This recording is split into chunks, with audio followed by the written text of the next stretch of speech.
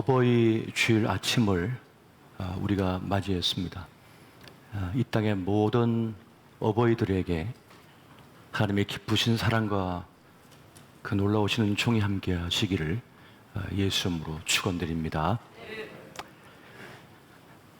이 어버이날을 맞고 또 어버이 주일을 맞이하면서 사랑하는 부모님께 꽃을 달아드리고 싶어도 드릴 수 없는 분들이 계십니다.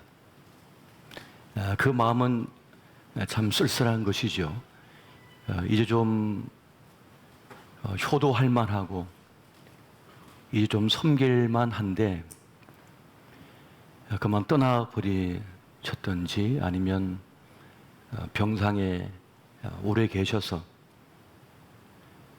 제대로 섬기지 못하는 그 자식된 마음이 있는 것입니다. 하지만 곁에 계시지 않든지 부모님의 그 얼굴을 떠올려 보면 참 마음이 따뜻해지는 것을 느끼게 됩니다. 또 힘겨울 때 늘 힘내라 하셨던 그 어머니 아버지의 모습을 생각해 보면 다시 힘이 솟아나는 것을 경험하게 됩니다. 아이의 아픔, 슬픔, 어둠을 다 빨아내고 싶은 거예요. 그 마음속에 있는 멍도 다 닦아내고 싶은 거예요. 그 영혼 속에 들어가 있는 독도 다 빨아내고 싶은 거예요. 그것이 내 몸을 망가뜨린다 할지라도 그렇게 살려내고 싶은 것이 바로 어머니의 마음이요 아버지의 마음이 되는 것입니다. 형 에서에 비해서 연약하고 부족해 보였던, 또 자신을 지킬 힘이 없어 보였던 이 야곱을 어머니 리브가는 안타깝게 여겼습니다. 그래서 아버지가 그 에서에게 향하는 복을 가로채서 그 연약하고 약한 야곱에게 주고 싶었습니다. 그렇게 그 축복을 도둑질합니다. 이것을 두려워하는 야곱에게 결혼한 어머니 리브가가 말합니다. 이 저주는 내가 받으마. 하나님의 저주는 내가 받을 것이니 하나님의 복은 네가 받아라. 이것이 어머니의 마음인 것입니다. 그렇게 볼 때 이 어머니의 가장 큰 슬픔은 자식의 죽음을 끌어안는 것입니다. 선지자 예레미야는 이렇게 말합니다. 여호와께서 이와 같이 말씀하시니라. 라마에서 슬퍼하며 통곡하는 소리가 들리니 라헬이 그 자식 때문에 애곡하는 것이라. 그 자식이 없어져서 위로받기를 거절하는도다. 미켈란젤로의 피에타가 있습니다. 피에타란 말은 슬픔, 비탄이라고 하는 뜻입니다. 이 피에타 조각은 십자가에 내려진 예수님을 그 어머니 마리아가 끌어안고 있는 조각입니다. 바로 자식의 죽음을 끌어안고 있는 것이 비탄이요 슬픔이라는 것입니다. 오늘 본문에서 말씀하고 있는 바는 바벨론 포로로 끌려가고 있는 이스라엘의 아들, 딸들을 향하여 주님께서 주시는 메시지입니다. 그러면서 라헬이 울고 있다 이렇게 말씀을 합니다. 만삭의 몸으로 고향을 떠나 남편 야곱과 함께 길을 가던 라헬은 그만 아기를 낳고 죽습니다. 베델과 에브라 사이 어딘가에 그 길에서 상고를 겪다가 아이를 낳고는 죽게 된 것입니다. 자기에게 죽음이 음습했다고 한 사실, 이제 이 아이와 더 이상 함께 할 수 없다고 한 사실, 이 아이에게 적을 먹일 수가 없다는 사실, 이 아이가 성장하는 것을 바라볼 수 없다고 한 그 사실 앞에서 라헬은 큰 고통과 슬픔 속에 들어갑니다. 그래서 그 아이를 향하여 베노니, 슬픔의 아들이라고 하는 그런 이름을 부릅니다. 젖 한 번 물리지 못하고 자식을 두고 떠나야 하는 어머니, 그 비통함이 그 이름 속에 녹아 있는 것입니다. 이것을 본 아버지는 혹시 아이의 인생에 아픔이 될까 싶어 베냐민이라고 이름을 바꾸죠. 이것이 또한 아버지의 마음인 것입니다. 자식으로 인하여 눈물을 흘리고 있는 어머니들이 있습니다. 이런저런 사고로 자식을 하루아침에 잃어버린 이들이 있습니다. 그래서 5월은 가정의 달이 아니라 슬픔의 달이요, 고통의 달이 되고 있습니다. 그렇게 참담한 시간을 보내고 있는 이들은 위로받기를 거절하고 있는 라헬인 것입니다. 우리는 다윗을 성공적인 삶을 살아온 그러한 위대한 믿음의 영웅으로 생각을 하고 있습니다. 목동이었던 소년이 이스라엘 통일 왕국의 왕이 됩니다. 누구보다 겸손했고 온유했으며 죄로웠으며 굳건한 믿음을 가지고 있던 그런 인물이 바로 다윗이었습니다. 가장 높은 자리에 올랐다가 가장 비참한 자리에 내려가기도 했습니다. 그 다윗에게 있어서 가장 큰 슬픔은 사울 왕에게 쫓겨 도망 다닌 것이 아니었습니다. 왕권의 도전을 받아 자기 다윗성을 버리고 쫓겨가던 그러한 수모의 시간이 아니었습니다. 자신이 가장 사랑했던 자식들이 죽는 것이었습니다. 그 자식들을 해친 압살롬, 그 아들도 일까 싶어서 다윗은 그 압살롬을 보호하기 위하여 무진장 애를 씁니다. 하지만 그 아버지의 마음을 몰랐던 압살롬은 도리어 아버지에게 대적하고 그리고 반란을 모의하고 반역을 꾀합니다. 그렇게 악하고 불순종한 아들이었음에도 다윗은 그 압살롬을 보호하기를 원했습니다. 결국 압살롬의 반란이 진압되었다는 소식을 들었을 때에 그 소식을 전하는 병사에게 다윗은 두 번이나 이렇게 말합니다. 내 어린 압살롬이 평안하냐? 내 어린 압살롬이 평안하냐? 이미 장성하여 어른이었고 용맹스러운 장수가 되었건만, 반역자가 되었건만 여전히 그에게는 내 어린 아이 압살롬은 무사하냐라고 묻고 있는 것입니다. 그에겐 반란을 일으킨 대적이 아니라 여전히 연약하고 어린 자식이었던 것입니다. 결국 압살롬이 죽었다는 소식을 듣는 순간 다윗은 마음이 찢어질 것 같아 아파 다락방에 올라가 내 아들 압살롬아, 내 아들 압살롬아, 차라리 내가 죽었다면 네가 살 수 있었을 텐데 하면서 그렇게 대성통곡을 합니다.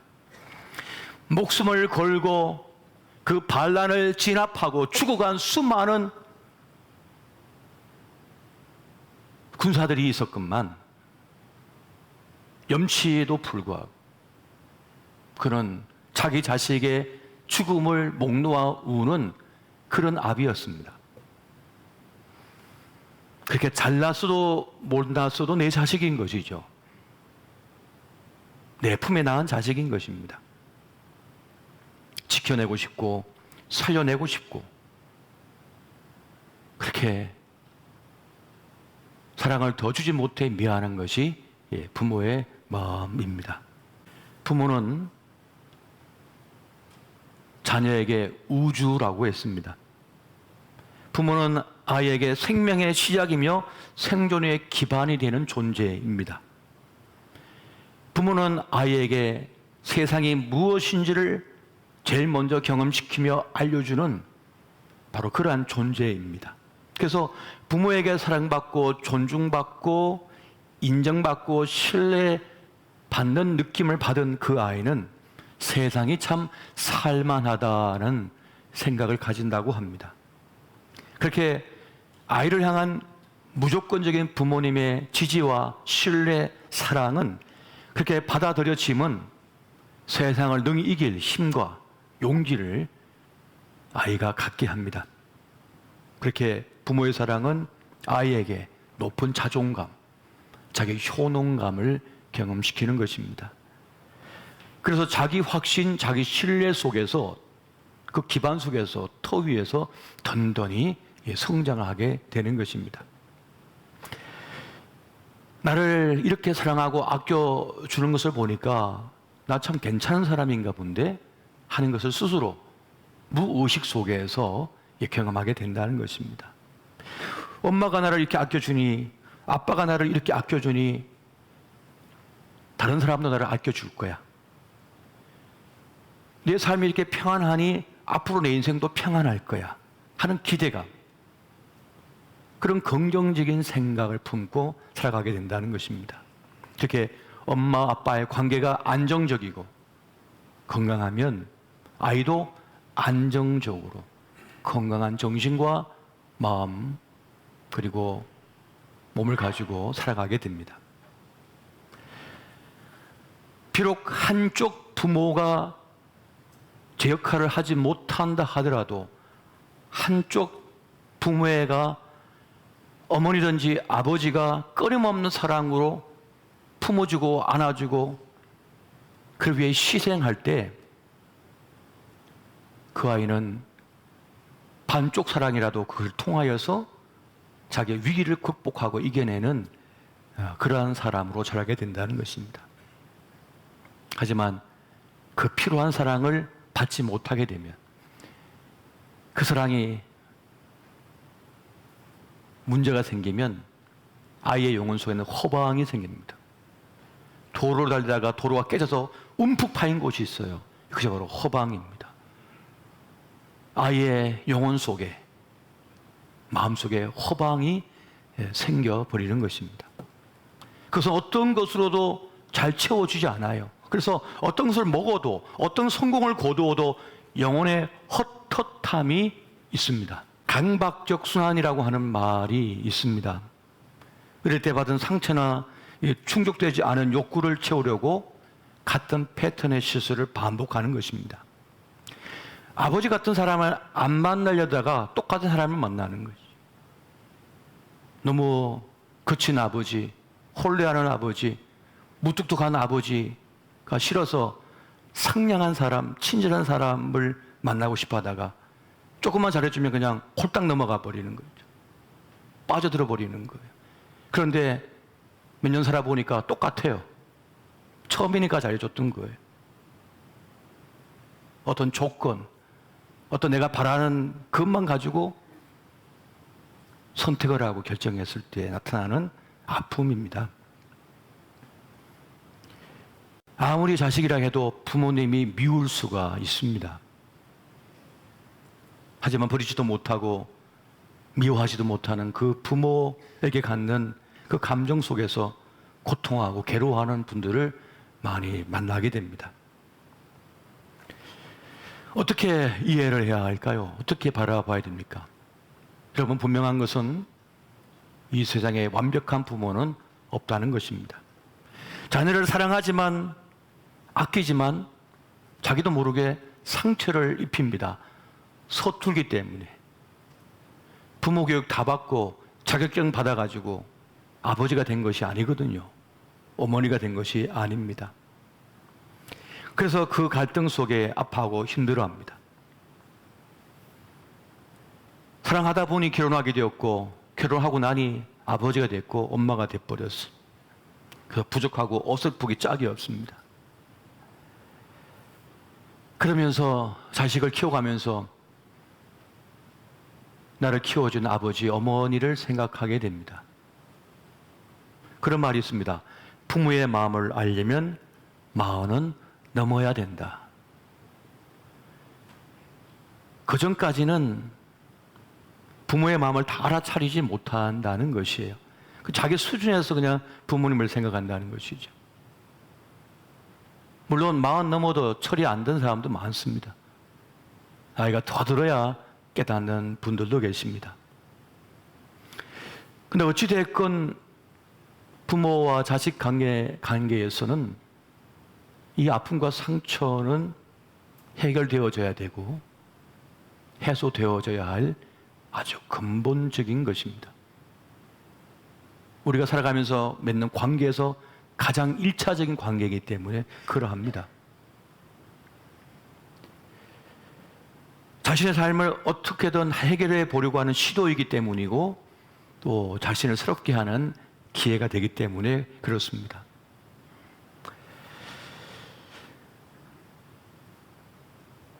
부모가 나에게 어떤 영향을 주었는지도 우리가 알아야 되지만 더 중요한 것은 내 부모님이 어떠한 형편과 상황 속에 있었는지를 생각해 볼 수가 있어야 된다는 것입니다. 아, 이래서 엄마가 그랬구나.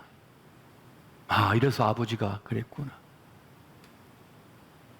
이런 아픔 속에 자라났었구나. 살아오셨구나. 내 남편이 이런 상처, 아픔 속에 살다 보니 이런 행동을 했구나. 내 아내가 이래서 그렇게 집착하고 그렇게 힘겨워했구나 하는 것을 이해할 때 조금이나마 그것을 새롭게 바라볼 수 있는 마음의 여유가 생길 수가 있다는 것입니다. 여러분, 우리 기억이라고 하는 것은 사실 주관적인 것이거든요. 똑같은 사건을 만났어도 사람에 따라서 전혀 다르게 이해하고 해석하고 경험하고 그리고 기억할 수 있는 것입니다. 그리고 내가 못 보는 나에게 내 주변에 있었던 수많은 사건들이 결부되어 있었다고 하는 사실도 우리가 기억할 수가 이해할 수가 있어야 된다는 것입니다.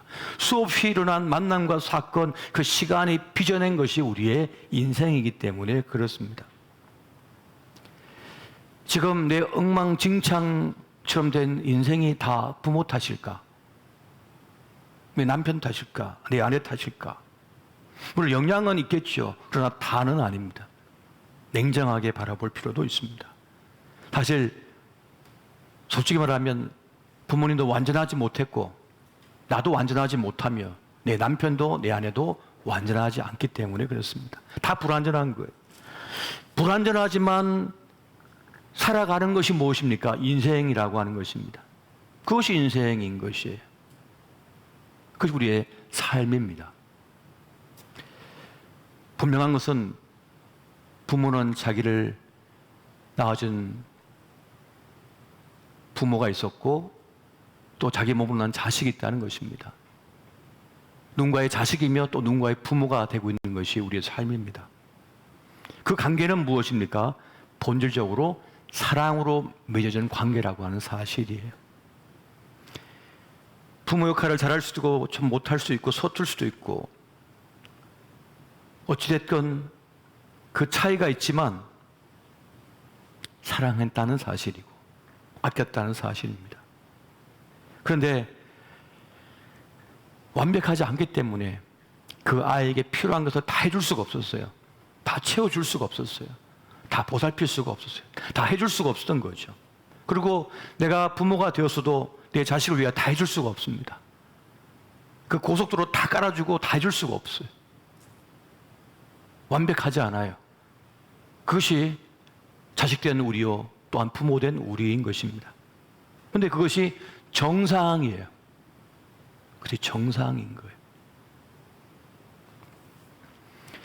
모든 사람에게 사랑받고 인정받고 싶겠지만 그럴 수가 없습니다. 그런 사람은 이 세상에 존재하지도 않습니다. 우리 예수님은 12명의 제자 가운데 한 제자에게 배신을 당했고 모진 순환과 고난을 당하시며 십자가에 달리실 때는 다 도망가 버리고 나왔어요. 그것이 인생입니다. 세상에는 나를 좋아하는 사람도 있고 아껴주는 사람도 있고 하지만 나를 시기하고 질투하고 그냥 미워하는 사람도 있습니다. 그냥 뭘 잘못했기 때문이 아니라 내 사소한 표정과 말투가 싫은 거예요. 내 모습 자체가 그냥 싫어서 싫어하는 사람이 있어요.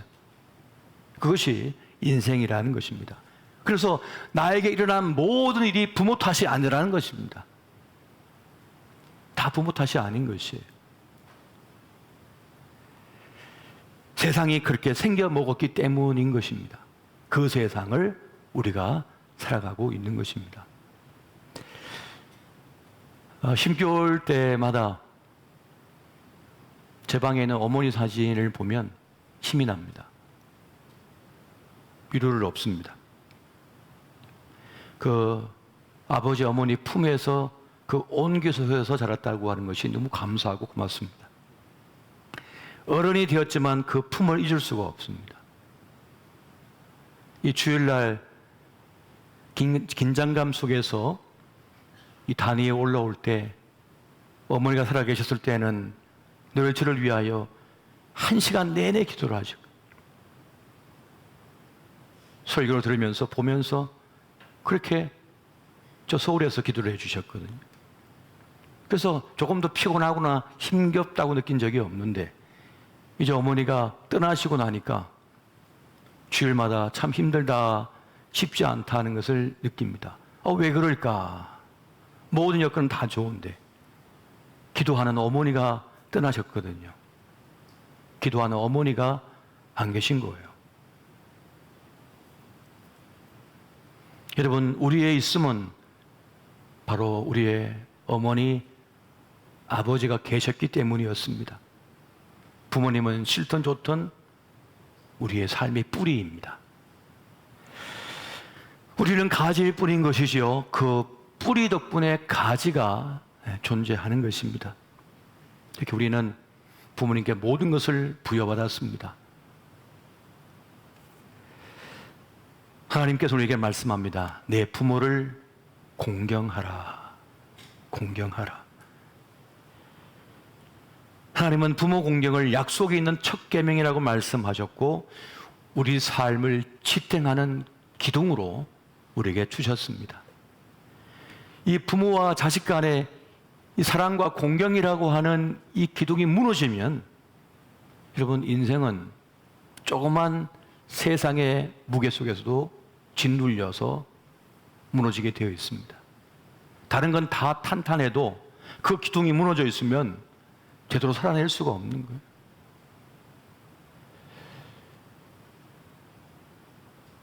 지금도 여전히 이 세상에는 수많은 상처 입은 이들이 있습니다.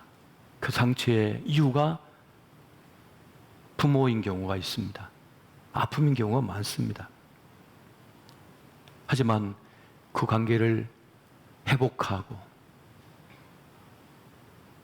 그것이 어루만져지고 치유될 때 우리는 우리의 삶을 제대로 살아낼 수가 있게 되어지는 것입니다. 한 번은 자식을 버리고 도망쳐 버린 어머니를 상담한 적이 있습니다. 이 남편하고 살다가 난 죽겠다. 이 자식들을 키우다가 내가 내 인생 망가지겠다 하면서 자기 성공을 위하여 떠나버린, 가정을 버린 그 어머니를 만나 상담한 적이 있습니다. 그런데 한 번도 자식 곁을 떠난 적이 없대요. 늘 주변에 어성거림 소송이었다는 거예요. 그 아이가 자라날 때, 학교 들어갈 때, 소풍 갈 때, 먼 발치에서 지켜보고 싶다는 거죠. 끊임없이 기도했대요. 다른 남자 만나서 행복한 중에도 자기가 버렸던 자식, 자기가 포기했던 자식 잊지 못한 채 계속 기도했답니다. 왜 그럴까요? 자기 품속에서 자기 일부였던 아이가 나온 것이거든요. 그래서 어머니의 기도는 멈추는 법이 없는 것입니다. 이 어버이 주일을 맞이해서 저는 우리는 우리의 자녀를 위한, 우리의 부모를 위한 기도를 결코 멈추지 말고 기도의 자리를 지켜내야 할 것입니다. 오늘 주님께서 이렇게 말씀합니다. 여호와께서 이와 같이 말씀하시니라. 내 울음소리와 내 눈물을 멈추어라. 내일에 삭슬 받을 것인즉 그들이 그의 대적의 땅에서 돌아오리라. 여호와의 말씀이니라. 너의 장래에 소망이 있을 것이라. 너의 자녀가 자기들의 지경으로 돌아오리라. 여호와의 말씀이리라. 오늘 그렇게 기도하는 어머니, 기도하는 아버지, 그렇게 기도를 멈추지 않는 주님의 사람 되시기를 예수 이름으로 축원드립니다.